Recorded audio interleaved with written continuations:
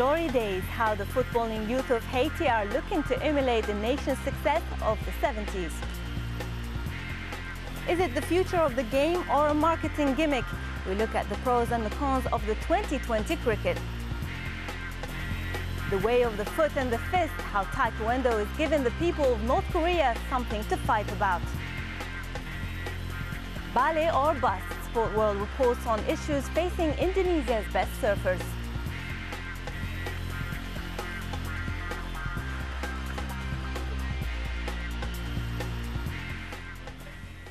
Welcome to Sportsworld, Al Jazeera's regular look at sport around the globe. I'm Sana Hamouche. The island of Haiti isn't a place you might associate with the beautiful game. It might surprise you to learn that they qualified for the Football World Cup in the 1970s. But as Brandon Connor reports, Haiti's youth are now hopeful of emulating those glory days. One of the poorest countries in the Western Hemisphere, the Caribbean nation of Haiti has a much richer sporting heritage than many might imagine. Football is for us a religion, and we are looking at it as a way to glue the country back. In 1974, Haiti qualified for the finals of the FIFA World Cup, and their youth want to emulate that glory. My dream in life is to play professional football, to follow a professional career. And I know in order to find a good professional team, you have to do well in the World Cup. Fabien Borbet was part of the Haiti team, which made their debut this summer at the FIFA Under-17 World Cup in South Korea. We are going to play with teams from countries such as Brazil, France and England, serious football countries. They're the ones who are going to ask us to turn professional. Fabien is part of a Haitian football dynasty. One of his uncles, Dominique, is his country's football coordinator, and another, Philippe, was a member of the famous Haitian Warriors team that appeared in the '74 World Cup. 33 years ago, we went to the World Cup. The country was stable. We had good opportunities. We were behind our national team. We went to the World Cup. There was a big effort. Then we had a lot of political problems. So, and football kind of went on the side. As football was going on the side, so was the country going on the side. Haiti's footballing resurrection is all the more remarkable given the social and cultural upheavals the nation has undergone over the past 50 years. Just 3 years ago, violence erupted and the entire country of Haiti was engulfed in civil unrest. And when I was watching those things on TV, and I really was hurt, and papers were flying, and people were taking toilet and going home with it, or taking the bench to have the massage and going home with it, or burning it. But now, 3 years on, a new dawn beckons for this country. Haiti is being rebuilt, and FIFA have constructed a new football development center. Haiti's under-17 squad were some of the first players to benefit. Through football, these young warriors are hoping to reunite a nation. In Haiti, young people say that nothing's really important other than the World Cup. In Haiti, everyone was saying they always talk about Haiti's misfortunes. By getting here, it means the country is beginning to get better. For us, it's a great step for the future of this country as well, to take part in this World Cup. Life on and off the football field in Haiti is, for now at least, showing encouraging signs of moving in the right direction. Without football, my family would not have survived.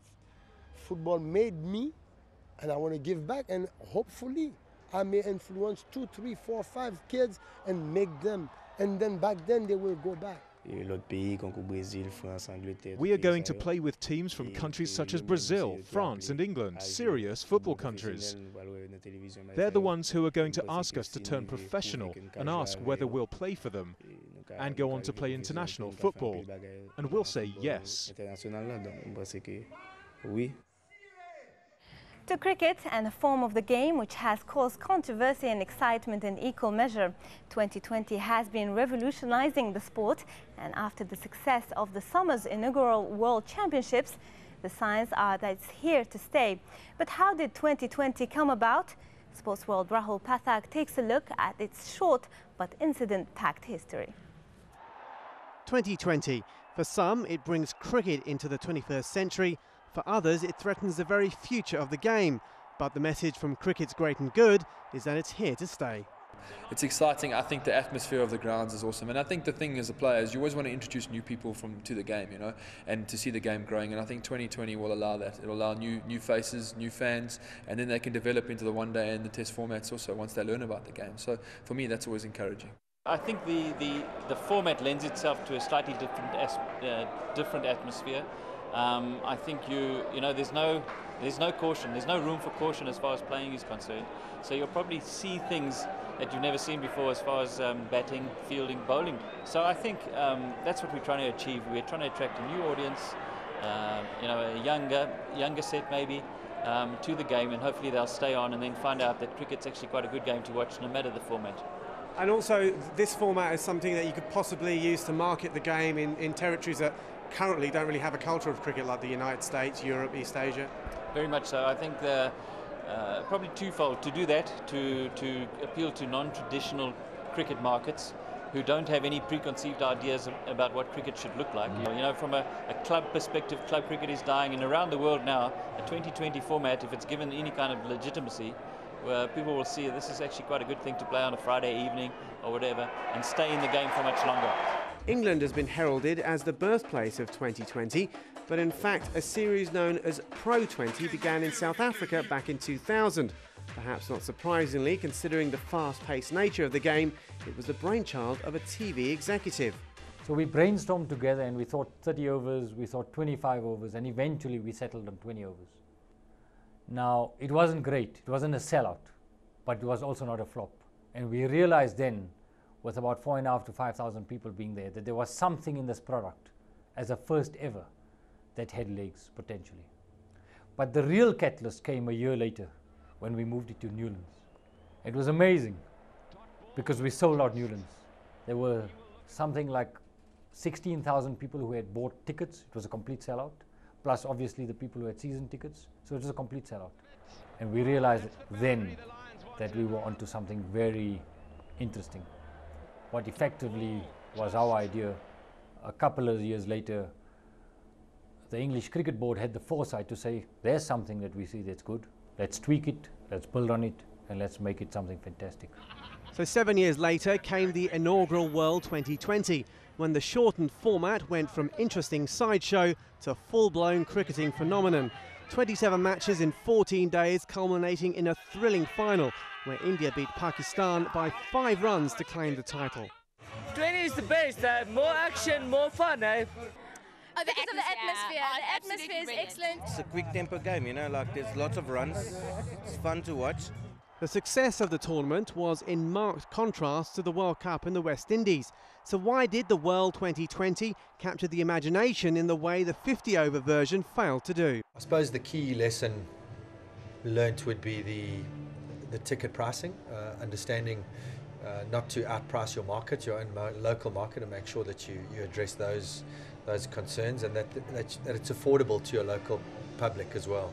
Duration was another thing, 14 days total tournament time, and keeping the South African feel. I think looking not I suppose choking the local flair of the West Indies and the local people, and keeping it a South African feel and a South African vibe. So I think across probably those 3 are the key issues that we ended up addressing. In a further attempt to woo the fans, 2020 even introduced its own version of football's penalty shootout, the bowl-out. Some players struggled more than others to embrace the concept, but it definitely caught the public's imagination. So what will be the legacy of 2020? Well, the sports governing body, the ICC, will hope that it will help spread the gospel of cricket around the world. The challenge is to make sure that the popularity of this new format doesn't mean that Test and one-day cricket gets left behind. Rahul Pathak, Al Jazeera, Johannesburg. As ever, you can keep up to date with all the latest sports news on our website, aljazeera.net/English. Stay with Sportsworld, because coming up, we look at the issues facing Indonesia's best servers as they bid for international recognition.